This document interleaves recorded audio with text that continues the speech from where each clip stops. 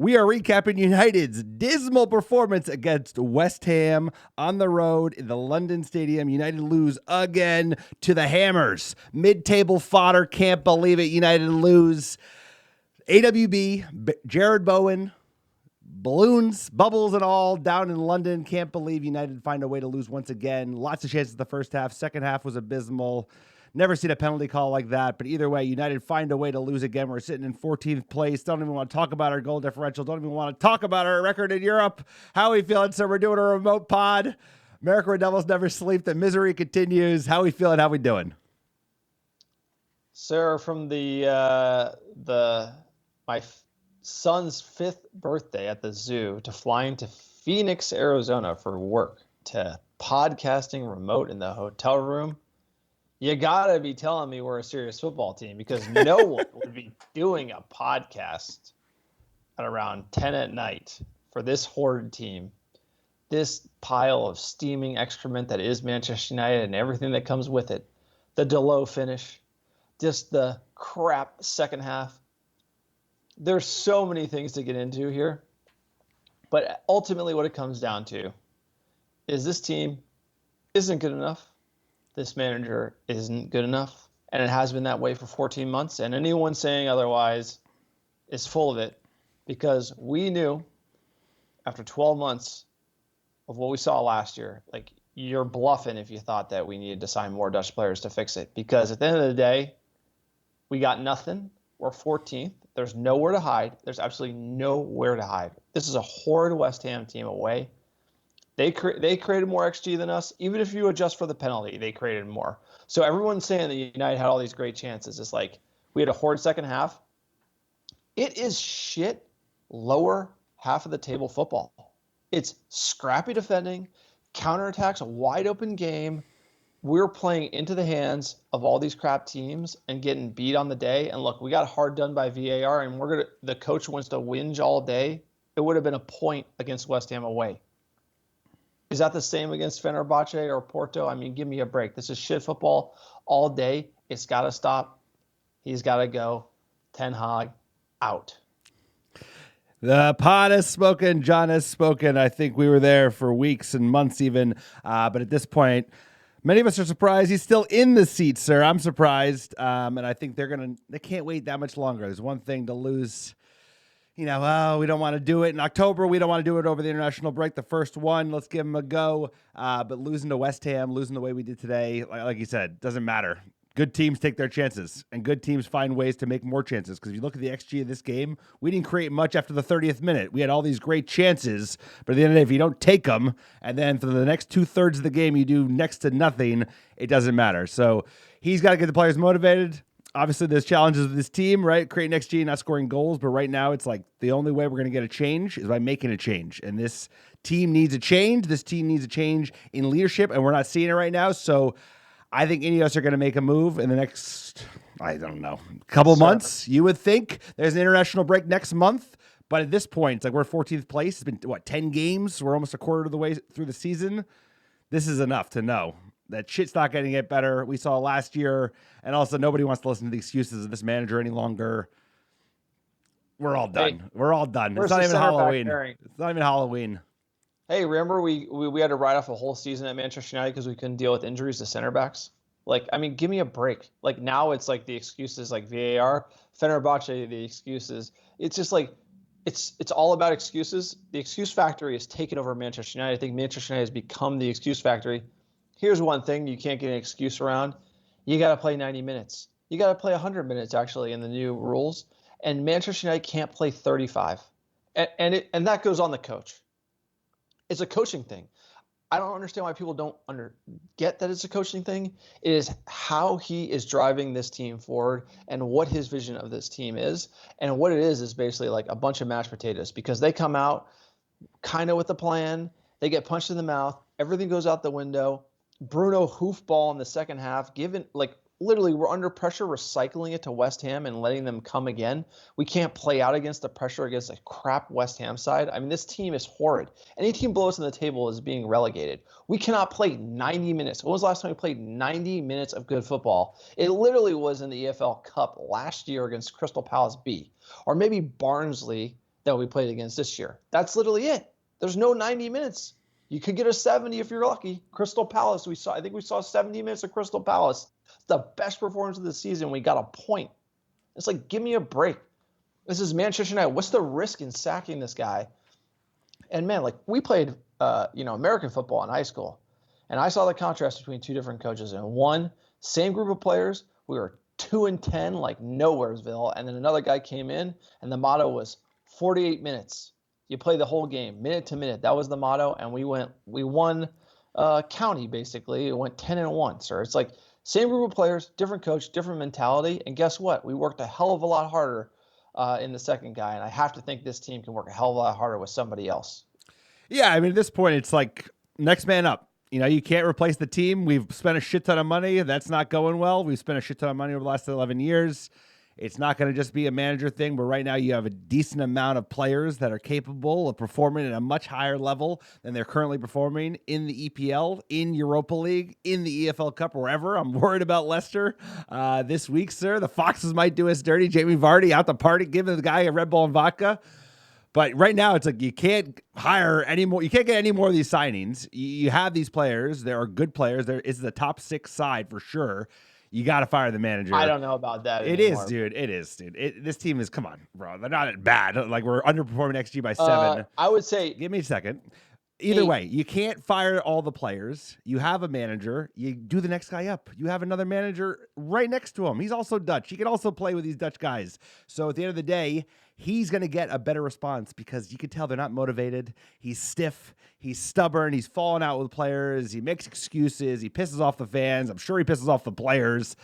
What's the risk? We're in 14th place. We're headed towards like more games in Europa League that we don't even want. And who's available? Xavi, get me there. But right now, it's just like, it's not Erik ten Hag. That's what I want. I want not Erik ten Hag as the manager of Manchester United. Guess what? Ruud van Nistelrooy is not Erik ten Hag. That's a start. That's better. It's something different. We need something different right now. Doing the same thing is just suicide. No, it's I cannot believe it for the life of me that he's still in the job. It makes no sense to me. The only thing, it's just apathy. Like, do they not care? Like, what's going on? Like, they spent a lot of money in the offseason. There's still positions that we're missing. That's why I doubt, could we compete for top 4? Like, no. Or should we finish 8th or 6th or around there? Yes. Should we be 14th? No. We played 9 games. We're in 14th in the league. It is ripcord, break glass in case of emergency. We gotta go. We gotta get out of this. And there's only one thing that you can do, and that's change the coach. And look, I think it's gonna matter a lot. I think there's just something that was wrong last year. It started in the preseason last year, and it's festered, and it's continuing. You saw Ahmad on the bench at Fenerbahce. We're sick of these games the manager plays. We're sick of the tactics. Maz at 10. Anthony can't just play Anthony all the time. I'm done with it. Manchester United is just like, it's turning into this. It's festering to the point where the fans are sick of it. They're like, I've never had more fans tweet us that they literally are not watching games because this is so shit. And that, to me, says everything you need to know. It's like, we've been bad before, but everyone kept watching. Now people are not even, they're like giving up. They're like, we're good. And it's only October, and it's like, you got to save it. You got to save the season. You got to save the season. Like, come on, we're going to watch every game of this team. Like, give me a freaking break. And you know what? If we didn't have a podcast, I wouldn't watch every single game because this is absolutely insanity. So it's like, what are they doing? Ineos has to make a move. It's like, it's incredible. And this is like, red flags are like, the red alarm bells are ringing right now. And Ineos is sitting there thinking they're the smartest people in the room. And it's just like, it's mind boggling. This is a slow motion train crash. It's like, I can't believe they're sitting there and not like literally axing him today. It's unbelievable. Like, what is the plan? Like, you and me both know that we were going to come out and be this shit after the international break. We knew it. Aston Villa away draw. We're like, we're just getting more of this crap the whole time. And I'm done. I'm cooked. I'm done. Dude, we watch this team. We know they're going to lose. We know they're going to bluff. We show up every single time. It happens again and again. And I'm just like, literally like, it's insane to keep doing this. It's like, change it. Change it. There's no argument not to. No, there's no argument not to, like, the money, whatever. The money is, like, negligible. That's a rounding error for a team that makes $700 million a year. Be worried about, what, 10 or whatever, 17 is the new number I heard over the last couple of months. It doesn't matter because you're fighting for $140, $150 million kitty to get into Europe. That's worth it. The season's still salvageable. You don't even have to get a Xavi. Rude, I'm telling you, would get a response out of these players because he's a player's manager. He knows the club, and he also just, like, will stop making all these bullshit excuses.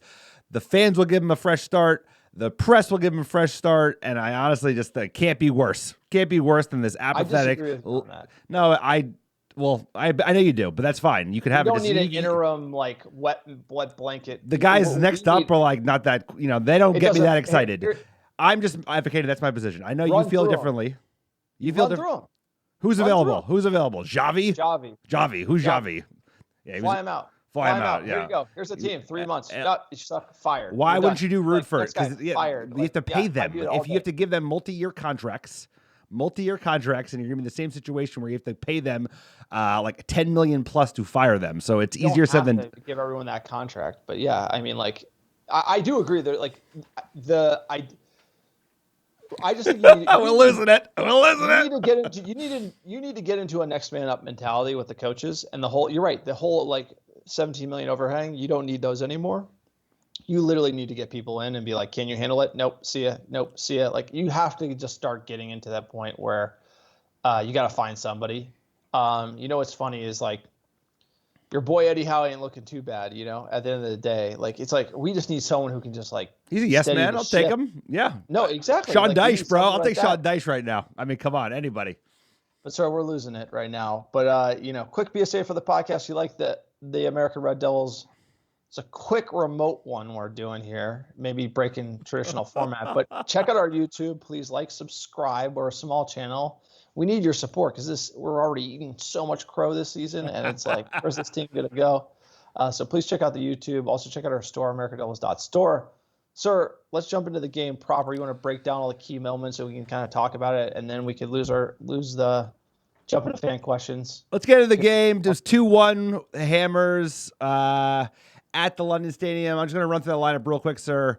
Back four, Maz, Martinez, DeLitt, Delo, Onana, Casemiro, Eriksson, Fernandez. Up front, Højlund, Garnacho on the left, Rashford on the right. So a pretty strong 11.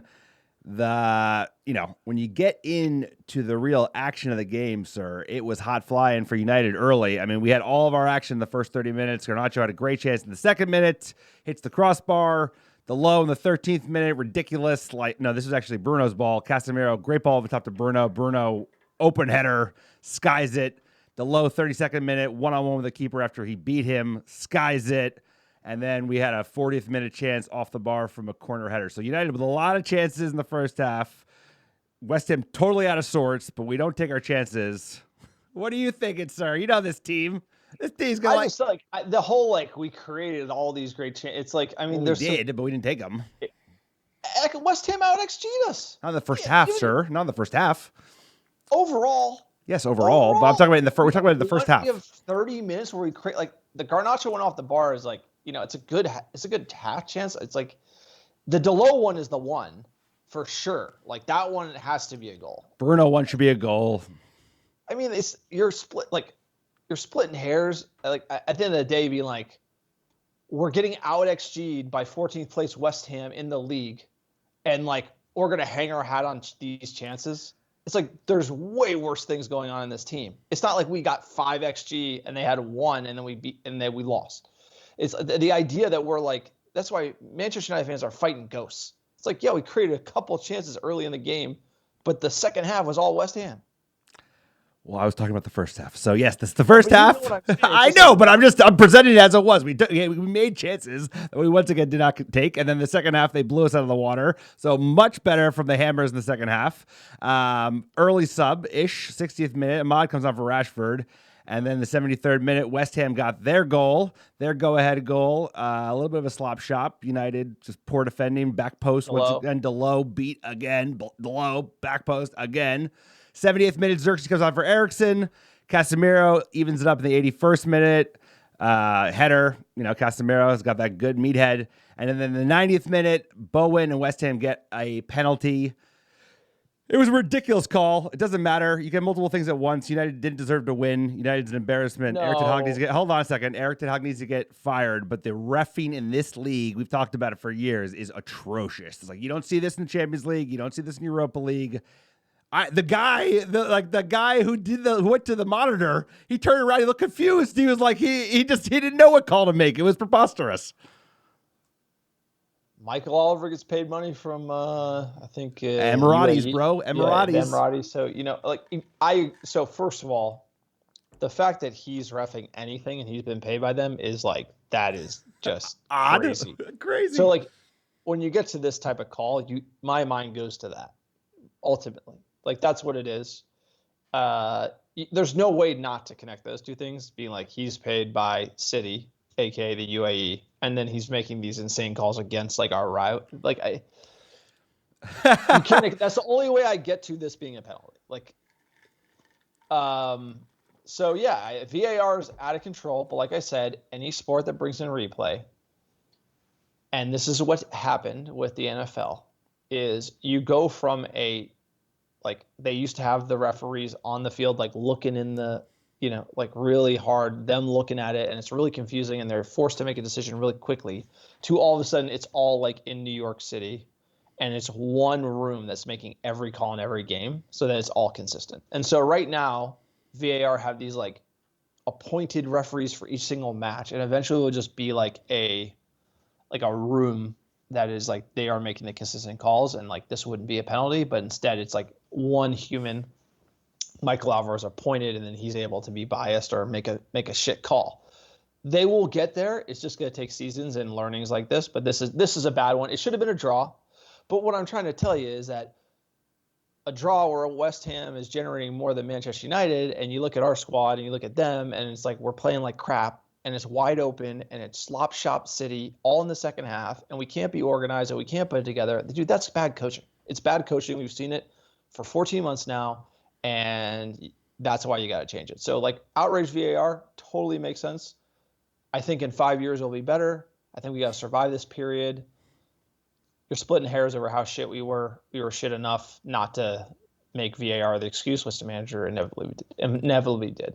No, but VAR is not the story. VAR is just a sub-story. This is all about United, the season being disarray, the manager already having lost control of the club in the third season, death spiral, Ineos dragging their feet.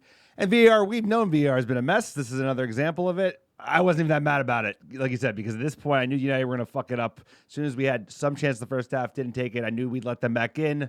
We conceded. I was even shocked we got a goal back. So let's get into the stats, sir. They had 12 shots and 3 on target. We had 18 shots, 5 on target, 58% of the ball for United, 42% of the ball for the Hammers, 0 cutting edge, time for a change. Let's hear from the bald man, sir. It might be one of his last. Let's hear what he's got to say. Come on, Eric Ten Hag. His head is sweating in London. Yes, I did. So first of all, in football, it's not always the best team winning. And today there was clear and obvious. And clear and obvious wasn't how the VAR worked. How they worked, how they run their process. And before the season, they explained the process of the VAR. And only when it's clear and obvious, then they should interfere. So what they didn't do against Spurs, where they should have done it, to interfere with the red card of Bruno. That was a wrong decision, and now they make, again, a wrong decision interfering, and both has a big impact on the scores of the games. Are you angry with? Oh, I think we're good. I think we're good on that, sir. We've heard it before from this manager. It's not the point. He's fighting shadows. You said United fans are fighting shadows, so our manager's fighting shadows. It should be about the fact that United should have gone and won this game and not left it up to VAR at the end. VAR is a joke, but bro, he's making it all about the excuses, bro. It's all about the excuses. That's insane. That's it's Fenerbahce is a great result, and then it's all VAR's fault. We lost the game, but then hey, you didn't score. This is just. Watch the second half. Watch Bruno get the ball and hoof it up to West Ham. like their city or something that we're playing against. And it's like we're just keep getting worse. We're regressing. We're not even like, I would argue we're getting worse, and this shows it. Like the waves of pressure of West Ham and like we don't have leaders on the pitch who can like get it together and organize a team and play out from the back. It's really all over the place. It's like breaking end to end. We're wide open. We're not like the way the game is being played is not in our control, and it's not in our control against really bad teams, and that tells you that we're really bad. Like we are where we should be. You are your record. Like that's it. Bill Parcells, baby. New York Giants. And you're not your record 3 games in, but now 10 games in. This is who we are. No, this is us. We're like a mid-table seed. Right now, we're 14th. We're fighting in the mud. West Ham, not a good team. They had a really tough start to the season. They've struggled. They were missing their best player. Kudus is their best player. He was unavailable because of a red card. So, and like even still, they out XG'd us, like you said. And it's a sad day, sir. How do you think the fans are feeling? Should we get into those fan questions, sir? They got a lot today. There are a lot of questions. I'll tell you what, it's like, oh my God, there were a shit ton of comments. They're not thrilled. Shout out to the American Red Devil fan base because they're coming in hot and heavy. Let's just get into it. At United Scores, this is our, Jack. He basically puts together the hurricane forecast for us. He says, How we looking? Sirs, I can't even put together a hurricane watch. This is going from tragedy to a comedy. Ten Hag in the puff vest and the tight turtleneck is exactly who we are as a club. I totally agree. Just keep going. That's great. He doesn't have it, dude. I know, dude. He's an Ajax. He's an Ajax coach, not a United coach. I've seen it, dude. You can see him on the touchline earlier this season, and he's like nervy and he's scrambling. He looks so uncertain of himself. He like gets way too excited when we score. He like can't. He's like every chance he's like, because he's just sweating. At Joel, quote, I normally don't get into ref decisions, but Michael Oliver in the VAR room somehow managed to ruin my support of VAR today. Other than that, we played as expected and converted chances like we've done all season. Losing to Hammers is weak. Great points. And one thing on your Ruud Van Nistelrooy, like the love of Ruud Van Nistelrooy, he's in charge of helping us score goals right now. Like, wouldn't you say he's not doing a great job? We created XG. Some culpability has to go on the players. I know, like he's responsible. We're the lowest performing XG gap of any team in the league. We are getting out. We've underperformed our XG than most of any team in the league, sir. I don't know if we have done it greatly. Tottenham has bigger chances than us, but when it comes to the stats, we are not getting more than our opponents, like on a very frequent basis. Like we had like 2 games where we out XG'd our opponent. Like we are giving more than we are generating, and we are obviously not great at it. But like Ruud's in charge of finishing. Like, yeah, but he's not on the field scoring goals, brother. It's like I get that, but at the end of the day, like, so yeah, he's the assistant coach for an ineffective manager. No, I do think that to think he's going to figure it out is like clear. It's like a big step for him, and so I just think just like it was a big step for Ten Hag, and it was for like the Oles of the world that like I think we need more than a vibes. Like he would bring back the vibes big, and we would get a jump, but we need something sustainable. So I just that's why I might be looking for somebody else. Well, that's what I like Tuchel, but Xavi feels vibesy. The Tuchel, yeah, Xavi he feels vibesy.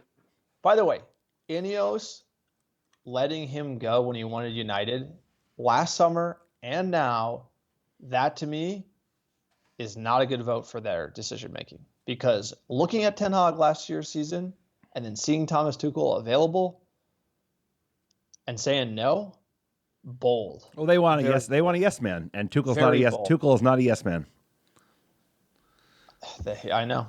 At Mike United Mets, we remain the Murphy's Law of football teams. No one in the world could convince me West Ham were the better team today, but we managed to go home with an L.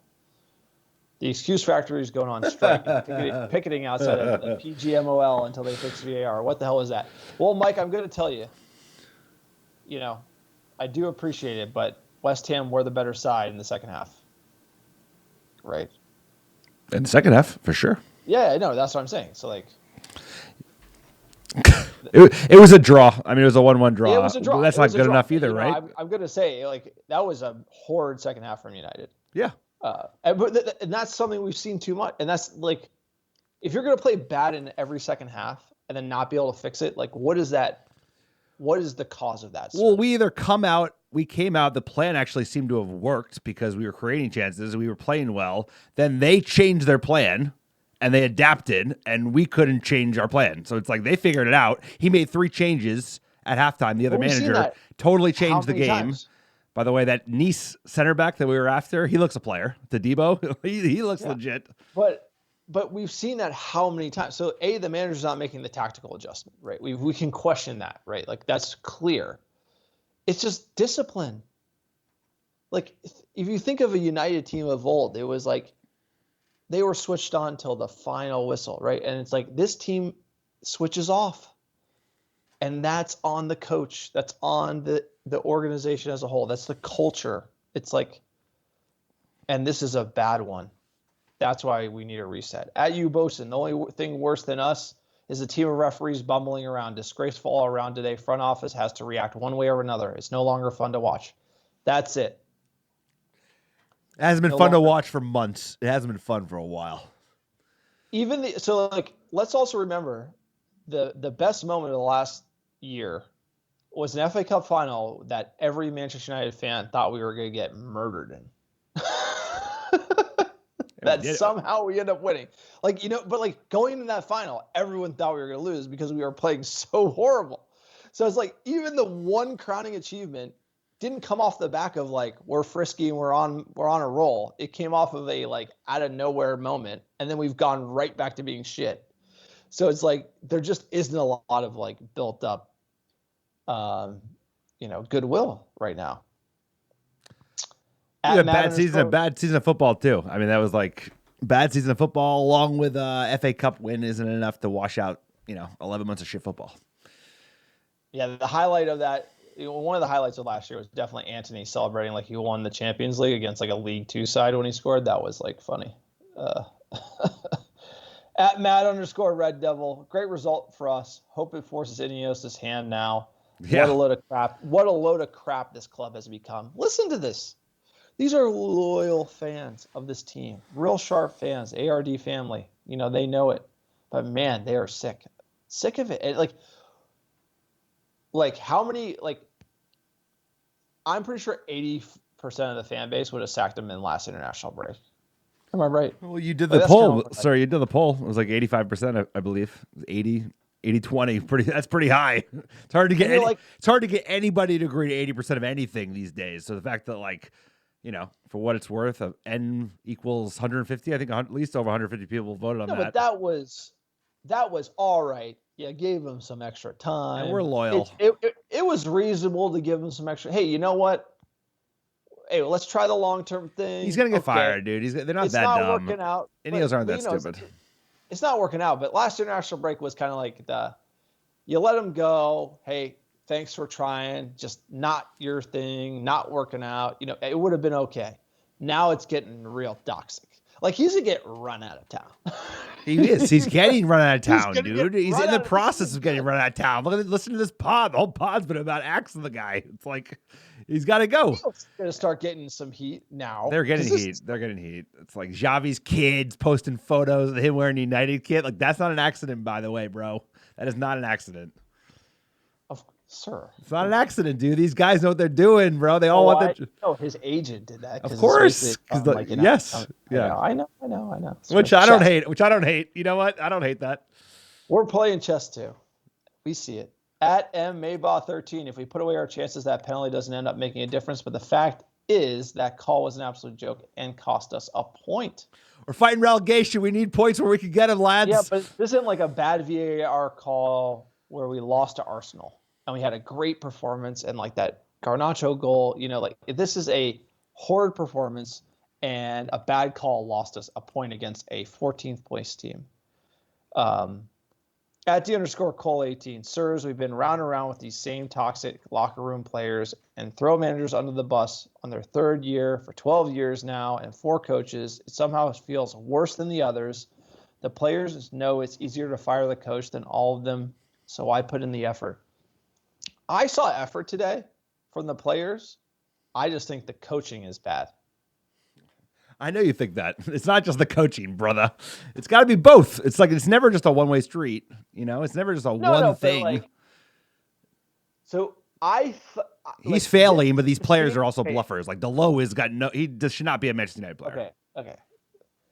My view is that. So, can you see when the players gave up on Ole and just lost games? They're not doing that. They're not capitulating and losing 5-0. They're not getting the death knell. Give up on the coach. We saw that with Mourinho. They gave up on him. They gave up on Ole. They are not giving up here. You don't think? Have you seen them get? They came out hot. That Liverpool game. They show up for a half. They show up for a game. This team has given up for a while. I haven't seen a team. I haven't seen them put in fights since the FA Cup final, bro. We fought in that game. We fought to win that game. We show up for 20 minutes at a time and be like, oh, we got a reaction for a half. No, but the Liverpool 5 was it 5-1? 7-1. There was more giving up. I just the 5-0 I was at. Yeah. I don't know. I mean, we're in hell, bro. We're in hell. Let them try hard for 30 minutes, and then they're kind of screw it. It's a weird dynamic. It's usually players give up worse when they want a coach fired. For some reason they haven't done that. I don't know, but they do. They try for 30 minutes. It's weird. Remember, a lot of these players know this manager. Half these players have a personal relationship with this manager based on either playing with him at Ajax or playing with him at a Dutch club before Ajax. So it's you think those guys would fight for him even if it was all over for the manager. All right, we're going to get real kind of dark here for these next two, and then we're going to wrap it up, sir. Close it out. This is it's dark, real dark. How dark, bro? It's at Love the Bulls 18. Oh. And shout out to Junior because he literally tweets us all the time. Been a long-time fan, a listener of the pod, and this is what he's got to say. These players are shit, the coach is shit, and everyone in the front office is shit. There's no pleasure in watching these games anymore. It's a shame because I looked forward to watching them at work or on my days off. That's how fans feel. And that's why Ineos needs to give us hope and change it. That's it. It's you're going to get rid of all that frustration and we're going to have hope, a new day. And it's tough to hear that from loyal fans who've been following this team for a long time. It's just gotten not fun. At BradGuy666, a lot to unpack, sirs. We're a mid to lower table team. Ten Hag's tactics set us up to fail. Players aren't good enough for United, unlucky with injuries. We are our own worst enemy and miss open chances. VAR fucked us. It's actually sad to see how far we have fallen. We have. We've fallen, sir. Yeah, but it was going to happen. Anyone who thought it wasn't, it's look what happened to Liverpool for 30 years. It's everyone thought we were going to hop right out. We have 20 years of shit. We're halfway through. Best case, 11 years in. It's it was never not going to be 20 years of misery because that's how football works. With the monsters, it cycles, bro. Yes, it is bad, but this is okay. There's one thing this is my closing argument. I thought I would see us suck. I never thought I could see us suck this bad and have the board not act. That is scarier to me. They just started. Everyone's over. Give them time. They're just starting. There's no time, dude. There's no time that you need right now. He should be fired after this game. Today, tomorrow, he should have been fired at international break. It's at this point, you're hurting the team. You're hurting the fan base.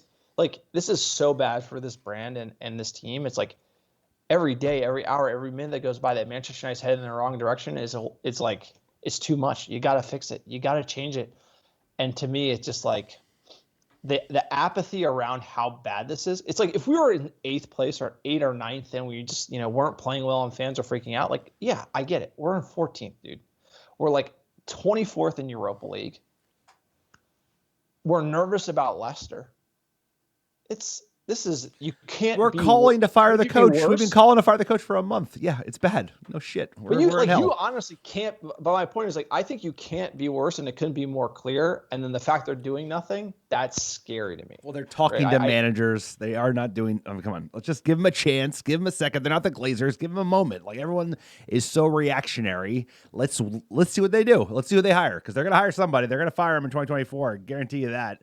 Who do they bring in? Do they do it for a Rude? Do they go for a Xavi? Do they go for a fucking Southgate? We'll find out. That's going to tell us a lot. It's got to be the money. About how I don't think it's the money. I think it's because they don't want to look too reactive. it's not that much money, bro. It's like that's nothing. If you look at the PSR stuff, it's material, unfortunately.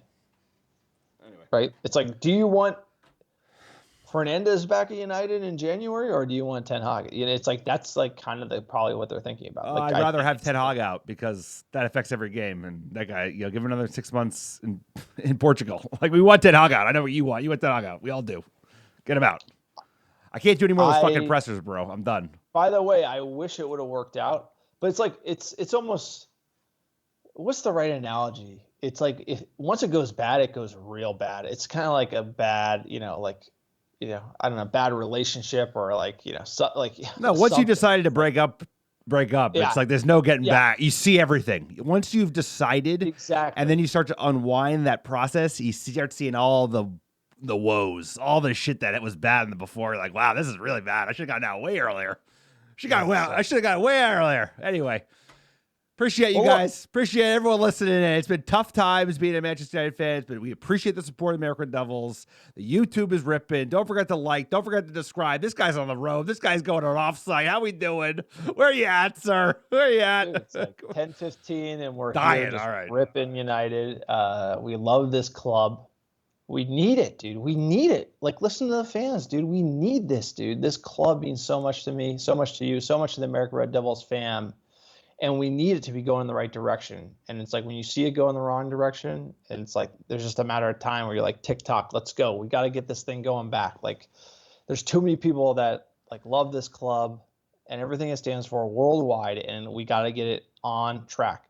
We don't need to be perfect, but we got to be competitive. And being competitive means being able to beat the West Hams of the world, sir. And it starts there, and it starts at Leicester City. So we'll drop a Leicester City preview soon, but that is it. That is the podcast. If you like the American Devils, please check out our store, americanrevels.store, our website, americanrevels.com, sir, and our YouTube. Please like and subscribe. Tell us about our top 10 downloads the last 7 days. Number 1, how you doing? How you doing? Dublin, Ireland, Chicago, Illinois, Melbourne, Australia, Philadelphia, PA, Houston, Texas, Los Angeles, California, New York, Seattle, Washington, Charlotte, North Carolina, and Brooklyn, New York. Appreciate all American Devils listening week in, week out. Couldn't do without you. Leicester City, Foxes, midweek. Cannot wait. EFL Cup, round of 16. Let's go. We appreciate all of you listening in. We couldn't do without you. Thank you, John. Thanks for dialing in. We'll see y'all midweek. Who's going to be the manager? Probably the Dutch guy. How's the result going to be? We'll see soon. But thank you for everyone listening in. We'll see y'all next time.